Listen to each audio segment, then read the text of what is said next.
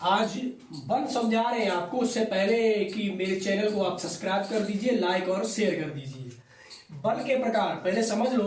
तो बल के प्रकार पहला होता है पेशी बल। पेशी बल मतलब जो पेशियों से लगाती है। मान लीजिए हमने कोई चीज को उठाया, पेन चला रहे, हाथ बाल्टी उठाई, तो ये हमारी मांसपेशियां हैं, तो हम इसको बोलते हैं पेशी बल। दूसरा होता है गुरुत्वीय बल। गुरुत्वीय बल होता है जो पृथ्वी, आप सबने सुना होगा कि पृथ्वी हर वस्तु को अपनी तरफ खींचती है, ठीक है। तो उसके अंदर एक बल होता है जिसे गुरुत्वीय त्वरण कहते हैं। क्या कहते हैं? गुरुत्वीय त्वरण कहते हैं या गुरुत्वीय बल कहते हैं, ठीक है। ये बल क्या करता है? हमें अपनी ओर खींचता है, ठीक है। ब्रह्मांड में क्या है कि सारे पिंड और ग्रह एक दूसरे को अपनी तरफ खींचे रहते हैं। वो इसे खींच रहा है, वो इसे खींच रहा है, ठीक है। तो क्या होता है, इस वजह से सारा ब्रह्मांड एक दूसरे पर रिएक्शन और एक्शन बल लगाता है। तो इसी वजह से हमारा ब्रह्मांड सदा हुआ है, ठीक है। ये बात समझ में आई। अगला होता है चुंबकीय बल। ये भी एक बल है। और एक होता है नाभिकीय बल, न्यूक्लियर बल, ये भी बल है। तो अब हम आते हैं, जो हमने आपको बताया था कि कार्य क्या होता है, वो हम आपको समझाएंगे, ठीक है। कार्य पे आते हैं। अब हम आते हैं कार्य। कार्य क्या होता है? कार्य का मतलब होता है काम करना, ठीक है। काम करना, कैसा काम करना? जैसे मैं पढ़ा रहा हूं, ये भी एक काम है। किसी का चलना, ये भी एक काम है, ठीक है। लेकिन कार्य का मतलब हमने अभी बताया कार्य करना, ठीक। जो हमारी भौतिक विज्ञान है इसका दूसरा ही अर्थ है। ये कार्य को करने से मतलब नहीं है। कार्य कब होगा? मान लीजिए मैं यहाँ पे खड़ा हूं और मेरे ऊपर 100 किलो का वजन रख दो और सीधा खड़ा कर दो, तो मैंने कोई कार्य किया? बहुत कार्य किया। 100 किलो का वजन रखा हूं, पसीना पसीना हो गया हूं, थक गया हूं पूरी तरह से, लेकिन मैं थक गया हूं। और फिजिक्स क्या कहती है? हमने कोई कार्य नहीं किया। क्यों? समझाते हैं। कार्य क्या कहता है? जब तक कोई वस्तु विस्थापित नहीं होगी, अपनी जगह से दूसरी जगह पे नहीं जाएगी, तो कार्य नहीं होगा। फिजिक्स ये कहती है कार्य कब होगा? जब कोई वस्तु विस्थापित होगी, ठीक। तो मान लीजिए ये कोई पिंड है, ये इस तरह से कोई पिंड है, ठीक।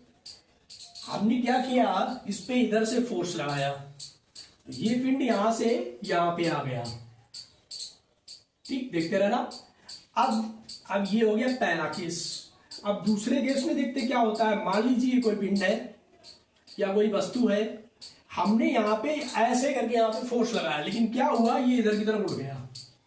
किधर गया? इधर गया, ठीक। और वापस यहीं पे आ गया। वापस कहाँ आ गया? वापस मान लीजिए यहीं आ गया। दूसरा क्या किया? ये पिंड है, हमने फिर इस पे इधर फोर्स लगाया, ये इधर उछल के यहां गिर गया आके, ठीक। अब किन किन कंडीशन में कार्य हो रहा है देखते हैं। पहली कंडीशन में क्या था? वस्तु को विस्थापित किया, कार्य हुआ, सही बात, कार्य हुआ। विज्ञान कह रहा है कार्य हुआ। दूसरा, हमने पिंड को मारा, पिंड ऊपर गया, वापस आ गया, कोई कार्य नहीं हुआ। दूसरा, पिंड यहां गया, 90 डिग्री पे गिर गया, कोई कार्य नहीं हुआ, ठीक। क्यों नहीं हुआ?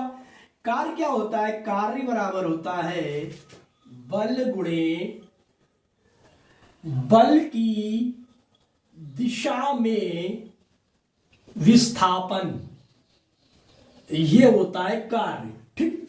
अब हमने यहां पे कार्य किया, बल लगाया, जो भी बल लगा, जितना भी फोर्स लगाया, ठीक। अब यहां से वस्तु थोड़ी विस्थापित हो गई।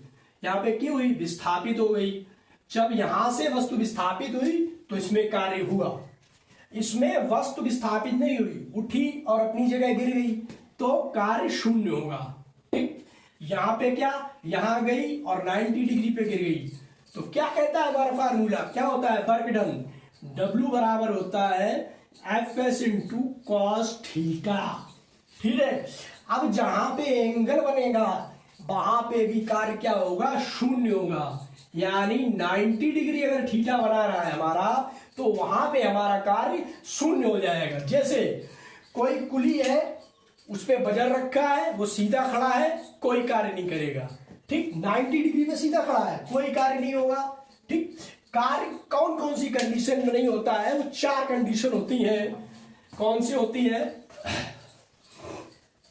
सबसे पहले अगर पहली कंडीशन विस्थापन अगर जीरो है, यानी कि डिस्प्लेसमेंट जो हमारा गया जीरो है, कार्य नहीं होगा। दूसरी चीज, विस्थापन जीरो, कार्य नहीं होगा। बस तो अपनी जगह पे है, अपनी जगह पर है, और वेट है उस पे, और उस पर कुछ वजन है, तो भी कार्य जीरो हो जाएगा। ठीक, तो भी कार्य क्या हो जाएगा? जीरो हो जाएगा। और दूसरी कंडीशन है विराम अवस्था में है। तीसरी कंडीशन क्या है? विराम में है, यानी एक जगह खड़ी है, तो कार्य जीरो हो जाएगा। ठीक है। और अगर चौथी कंडीशन थीटा यानी एंगल हमारा 90 डिग्री है, तो कार्य शून्य हो जाएगा। इन चार स्थितियों में कार्य शून्य हो जाता है। मतलब कि बच्चों को अक्सर यहां पे समझ में नहीं आता है कि वर्क डन W बराबर F S into cos theta जो होता है, यहां पे कार्य क्यों शून्य नहीं होता है। मान लीजिए ये कोई वस्तु है, और इस तरह से अगर कोई एंगल बन रहा है, यानी कि 90 डिग्री एंगल बन रहा है, तो 90 डिग्री एंगल पे कार्य जीरो होगा। और कार्य कहां अधिक होता है? अगर कोई वस्तु वृत्तीय पथ पर है, तो कार्य शून्य होगा। वृत्तीय पथ पर, यानी वृत्तीय पथ पर क्या होता है? हमारा कार्य जीरो होता है। ठीक है। लेकिन कभी कभी एक क्वेश्चन आ जाता है एग्जाम में कि अगर कोई कुली वजन रख के सीढ़ी पे चढ़ रहा है, तो कार्य शून्य होगा, यानी ऊपर जा रहे हैं। हमने कहा ऊपर जाने पे कार्य शून्य हो जाएगा। ठीक है। नहीं, क्यों? सीढ़ी पे चढ़ रहा है, ऊंचाई पे। अगर वो जमीन से थोड़ा ऊंचाई पे है, तो कार्य शून्य नहीं होता है। ठीक है। जमीन पे, ऊंचाई पे कार्य शून्य नहीं होगा। और जमीन पे क्या होगा? कॉस थीटा, कॉस 90, यानी कॉस 90 बनेगा, थीटा 90, तो क्या होगा? जीरो। ठीक। अब जैसे हम ये कहें कि कोई 20 किलो का कुली है, ठीक है, और वो 20 किलो है कुली का वजन। कुली का वजन कितना है? मान लो 20 किलो है, और वो 150, सॉरी, कुली 20 किलो छोटा हो जाएगा, 45 किलो का कुली है, ठीक है, और वो 50 किलो वेट का वजन रखे सीधा खड़ा हुआ है इस तरह से। ठीक है। अब हमने अभी आपको बताया, तो क्या इस पे कार्य हो रहा है? नहीं, कार्य नहीं होगा। कार्य कब होगा? जब हम जमीन से ऊपर होंगे, तब कार्य होगा। ठीक है। तो फार्मूला होता है W बराबर एफ एस कॉस थीटा। इस एंगल में आपको पता है कि कॉस 90 डिग्री कितना होता है? कॉस 90 कितना होता है? जीरो। अब जब जीरो हो जाएगा, अब क्या कहते हैं, ऊंचाई पे कार्य क्यों जीरो होगा? ऊंचाई पे क्या होती है? स्थितिज ऊर्जा। जैसे कार में कोई व्यक्ति बैठा हुआ है, अगर कार में कोई व्यक्ति बैठा हुआ है, तो क्या होगा? वो कार्य कर रहा है। हाँ, कार्य कर रहा है, क्योंकि कार जमीन से ऊपर है ना, थोड़ी सी ऊपर है। स्थितिज ऊर्जा क्या होती है? स्थितिज ऊर्जा होती है हमारी W वेट बराबर होता है mgh। जहां mgh आ जाएगा, वहां कार्य, मतलब h आ गई ऊंचाई। जब ऊंचाई आ जाती है, तो कार्य होगा। जैसे क्वेश्चन लेते हैं कि माना एक 100 किलोग्राम का व्यक्ति 10 मीटर की ऊंचाई पे है, तो कार्य होगा? हाँ, होगा। तो क्या होगा? W बराबर मास कितना है? 100, जी का मान होता है 10, जिसे कहते हैं गुरुत्वीय त्वरण। इसका मान 10 होता है, या 9.8 के लगभग होता है। ठीक है। इंटू 10, ये क्या ऊंचाई हो गई मीटर में, तो कितना हो जाएगा? 1 2 3 4 0, 1 2 3 4। कितना कार हुआ? इतना जूल कार हुआ। कितना हुआ? W बराबर जूल। जूल क्या है? जूल एक वैज्ञानिक थे जिनका नाम था, जूल के नाम पे ही, उनके सम्मान में ही इसको जूल कहा गया है। कार की यूनिट क्या होती है? जूल। कार्य एक अदिश राशि है। कार्य कैसी राशि है? अदिश राशि है, लेकिन ये दो सदिश राशियों का गुणनफल है। जैसे हमने क्या बताया, W बराबर फोर्स, बल क्या है? सदिश राशि है, विस्थापन सदिश राशि है, ठीक। लेकिन कार्य एक अदिश राशि है। तो कार्य की सीधी सीधी डिफिनीशन है, हम आपको सही से लिख दे रहे हैं, नोट कर लीजिए। तो इस तरह से कार्य क्या है? कार्य की माप बल तथा बल की दिशा में वस्तु के विस्थापन के गुणनफल के बराबर होता है, ठीक है। कार्य बराबर बल गुणे बल की दिशा में विस्थापन, यानी कोई वस्तु कितनी विस्थापित होती है वो हमारा कार्य होता है। लेकिन कार्य कब नहीं होता है? जब कोई एंगल बनता है थीटा डिग्री, एंगल बनाएगा 90 डिग्री के एंगल पे कार्य शून्य होगा, ये चीजें याद कर लो, ठीक है। वृत्ति पथ पे कार्य शून्य होगा, ठीक है। लौट आए तो कार्य शून्य होगा, ठीक।